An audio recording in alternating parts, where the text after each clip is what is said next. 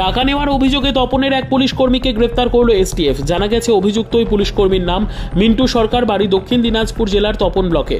তবে কী অভিযোগে মিন্টুকে গ্রেফতার করা হয়েছে সে বিষয়ে বাড়ির লোকেরা কিছু জানে না বলে জানা গিয়েছে। অভিযুক্ত ওই পুলিশ কর্মীকে কেন বা কী উদ্দেশ্যে এসটিএফ গ্রেফতার করেছে সে বিষয়ে বাড়ির লোকেদের মনে প্রশ্ন রয়েছে। তাদের অভিযোগ মিন্টুকে কেউ বা কারা ফাঁসিয়েছে, কারণ তারা মিন্টুকে এলাকার সৎ পুলিশ কর্মী হিসেবেই জানে। কিছুদিন আগে মিন্টু অসুস্থ হয়ে পড়লে সে নাকি জনৈক ফল ব্যবসায়ীর কাছ থেকে টাকা ধার করেছিল। সেই টাকা না মেটানোর ফলে তার বিরুদ্ধে অভিযোগ দায়ের হয় এবং তদন্তে নেমে এসটিএফ তাকে গ্রেফতার করেছে বলে খবর। মিন্টুর জামাইবাবু যামিনী সরকার সংবাদ মাধ্যমের মুখোমুখি বলেন, জনৈক এক ফল ব্যবসায়ীর কাছ থেকে মিন্টু টাকা ধার করতে পারে, তবে সে আদৌ টাকা ধার করেছিল কিনা সেটা তারা জানেন না। হতে পারে কেউ তাকে ফাঁসিয়েছে। এই বিষয়ে মিন্টুর বাড়ির লোকজন ইতিমধ্যেই কলকাতায় গিয়ে পুলিশ কর্তাদের সঙ্গে কথা বলেছেন। তারা মিন্টুর বিষয়টি দেখবেন বলে তার পরিবারের লোকেদের জানিয়েছেন। মিন্টুর সাথে যোগাযোগ করা সম্ভব হয়নি। মিন্টুর স্ত্রী তার স্বামীর বিরুদ্ধে ওঠা সমস্ত অভিযোগ অস্বীকার করেছেন। মিন্টু সরকার আপনার কি হয়? আমার এটা শালা হয়, ছোট শালা হয়। আচ্ছা, আপনি মিন্টু সরকার সম্পর্কে একটা ঘটনা ঘটেছে, জানেন বিষয়টা? না, আমি কিছু জানি না। কি ঘটনা একটু বলেন শুনি। না, কি শুনেছেন আপনি? আমি শুনছি নাকি ওই এখন কি টাকা পয়সার ব্যাপার নিয়ে কি যে গন্ডগোল হয়েছে এইটাই শুনলাম, বুঝলেন। অ্যারেস্ট কিছু হয়েছে জানেন? না, অ্যারেস্টের কথা আমি ওখানে গেছিলাম, কিন্তু কাল কলকাতাতে গেছিলাম। তারপরে আমার শালা বউ গেছিলো, ওনার বউ স্ত্রী গেছিলো আর কি, উনিও গেছিলো। আমার এক মেজো শালা পুলিশের চাকরি করে, উনিও ছিল, উনিও গেছিলো। ওনারা সাহেবের সঙ্গে কথাবার্তা বললো, তো সাহেব বলছে নাকি যে ঠিক আছে, জিনিসটা আমরা দেখছি।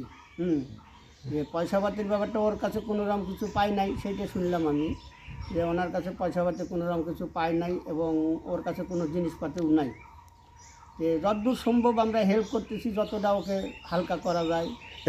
কেউ কি কোনো কারণ আছে কি ওকে অ্যারেস্ট করা বা কে ফাঁসিয়ে দিয়েছে এরকম মনে করছেন আপনি? ফাঁসিয়ে দেওয়ার ব্যাপারটা আমার ওই ওনার স্ত্রী বলল আর কি, যখন ওর অসুখ হয়েছিল। হ্যাঁ, মানে যে ছেলেগুলো বলছে, যে ছেলেগুলোর কথা বলছে, যে ছেলে বলতে একজনের কথা বললো আর কি, ওই ফলের দোকান করতো পাশে। তো ওই চ্যাংড়াটা নাকি ওর সঙ্গে ওই ফল যখন নেওয়া আনা করতো, তখন থেকে অসুখের সময় ফলও দিয়ে গেছে কিছুদিন। হ্যাঁ, এখন বন্ধু বান্ধব হিসেবে হোক, যেভাবে মনে করেন ওটা বাসা, ওইভাবেই ওর সাথে ফোন নাম্বার যোগাযোগ, ওই ওনারই নাম্বারটা বলে ওনার কাছে পাইছে আর কি, শুনলাম। তো ওর কাছে তো আর তখন আমার ওই শালাবো বললো কি যে হ্যাঁ, ওই তো এই ব্যাপারে ফোন করতো। তাছাড়া তো ওর সাথে কোনো এমনি কোনো দিন খারাপ ব্যবহারও দেয়নি। আমার শালাবাবুও বললো যে আমার স্বামী এই ধরনের জীবনেও আজ পর্যন্ত কোনো খারাপ ব্যবহার দেখিনি, বুঝলে।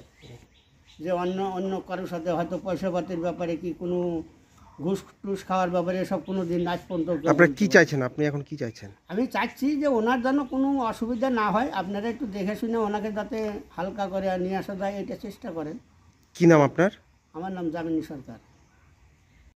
মিন্টু সরকার আপনার কে হয়? আমার ভাই হয়। জোরে বললো। আপনার ভাই সম্পর্কে কিছু শুনেছেন? আমি তো শুনিনি, আজকে যা শুনছি। কি শুনলেন? যে আমার ভাইকে অ্যারেস্ট করেছে। কেন অ্যারেস্ট করে জানেন? হ্যাঁ, জানি না এটা। আচ্ছা, কি জানি আপনার ভাই? আমার ভাই ও ধরনের মানুষ, আমার ভাই ওর ধরনের মানুষই না। কি কারণে অ্যারেস্ট হলো কিছু জানা যায়নি? কি কারণে হয়েছে আমি তো জানি না। কেউ ফাঁসাইছে। আমার ভাই তো ধরনেরই লোক, কেউ ফাঁসাইছে আমার ভাইকে। কি নাম আপনার? কল্পনা সরকার।